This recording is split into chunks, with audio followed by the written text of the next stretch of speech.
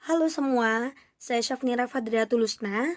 Pada bagian ini saya menganalisis bagaimana budaya lokal Pasuruan, Jawa Timur direpresentasikan dalam panggung digital. Melalui pengamatan konten media sosial, kebudayaan pesisir Pendalungan Pasuruan ditampilkan secara sangat terbuka, autentik dan transparan. Dua simbol budaya utama yang mencolok adalah kuliner kupang lontong dan dialek Pendalungan. Kupang lontong hadir sebagai estetika visual organik hasil adaptasi geografis masyarakat pesisir. Menariknya nih, analisis riset menunjukkan sentimen awal audiens terhadap kupang lontong sempat skeptis atau negatif hingga 15% karena isu higienitasnya. Namun, melalui strategi uncertainty reduction theory seperti video edukasi kandungan gizi FE dan ZN, serta peran es degan sebagai penawar alami menjadikan sentimen positif meningkat pesat hingga 25%. Selain itu, penerapan communication accommodation theory menunjukkan tingkat konvergensi verbal aktor lokal mencapai 70% saat menyambut wisatawan luar. Sementara itu, dialek Pendalungan yang vokal, tegas, serta sering menggunakan kata cak dan mak berfungsi sebagai linguistic badge atau penanda identitas verbal kelompok. Dari kacamata komunikasi antar budaya, masyarakat Pasuruan menampilkan gaya low context communication yang lugas dan tanpa sekat. Temuan ini membuktikan bahwa media digital bukan hanya ruang promosi atau hiburan, melainkan panggung otentisitas di mana negosiasi identitas terjadi. Edukasi berbasis data di media sosial terbukti efektif mengikis stereotip negatif dan mengurangi kecemasan audiens dalam lintas budaya. Dengan demikian, representasi digital yang tepat mampu memperkuat pemahaman antar budaya sekaligus melestarikan budaya Nusantara di era globalisasi. Dari saya, terima kasih.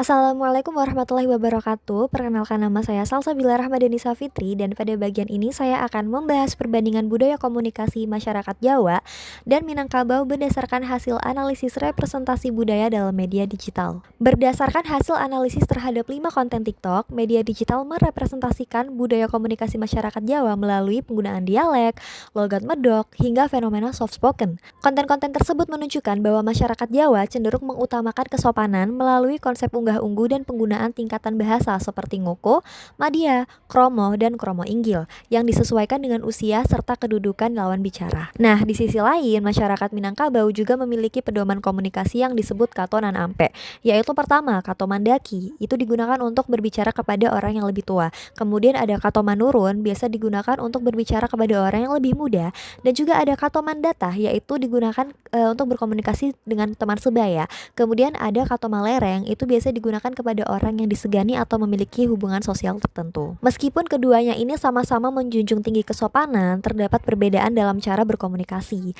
Masyarakat Jawa cenderung menyampaikan pesan secara lebih halus dan tidak langsung untuk menjaga keharmonisan hubungan sosial. Sementara itu, masyarakat Minangkabau itu lebih terbuka dalam menyampaikan pendapat, tetapi tetap menyesuaikan cara berbicara sesuai dengan aturan katonan ampe. Melalui perbandingan ini dapat dilihat bahwa baik budaya Jawa maupun Minangkabau memiliki sistem etika komunikasi yang berbeda, tetapi tetap memiliki tujuan yang sama, yaitu menghormati lawan bicara dan menjaga hubungan sosial.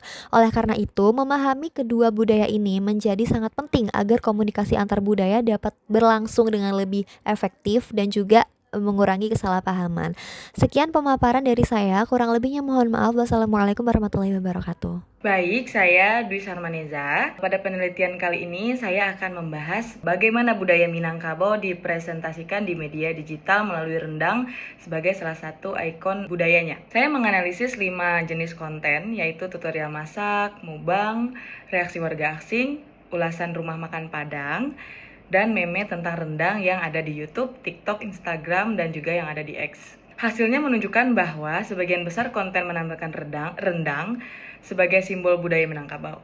Konten-konten tersebut tidak hanya memperkenalkan cita rasanya, tetapi juga menunjukkan proses memasak dan nilai budaya yang ada di balik rendang tersebut, sehingga masyarakat menjadi lebih mengenal budaya Minangkabau. Namun, saya juga menemukan bahwa ada beberapa konten yang mengubah penyajian rendang menjadi lebih modern atau membuat meme yang dapat menimbulkan stereotip tentang masyarakat Minangkabau. Hal ini menunjukkan bahwa media digital memang efektif untuk mengenalkan budayanya, tetapi tetap harus digunakan secara bijak agar budaya tersebut tidak berubah. Jadi, dapat disimpulkan bahwa media digital memiliki peran penting dalam memperkenalkan budaya Minangkabau kepada masyarakat luas.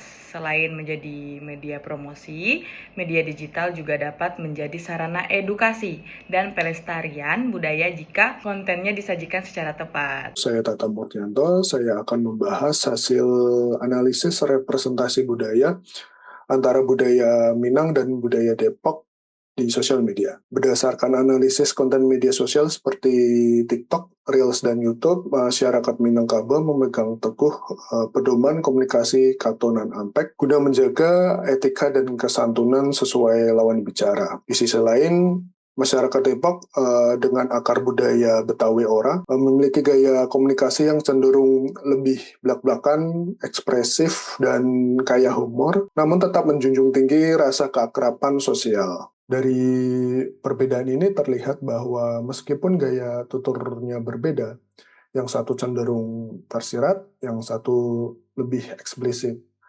Kedua budaya ini sama-sama memanfaatkan keunikan dialek lokal sebagai identitas diri di sosial media. Memahami perbedaan ini sangat penting agar komunikasi antar budaya dapat berlangsung lebih efektif dan terhindar dari kesalahpahaman. Sekian pemaparan dari saya. Wassalamualaikum warahmatullahi wabarakatuh.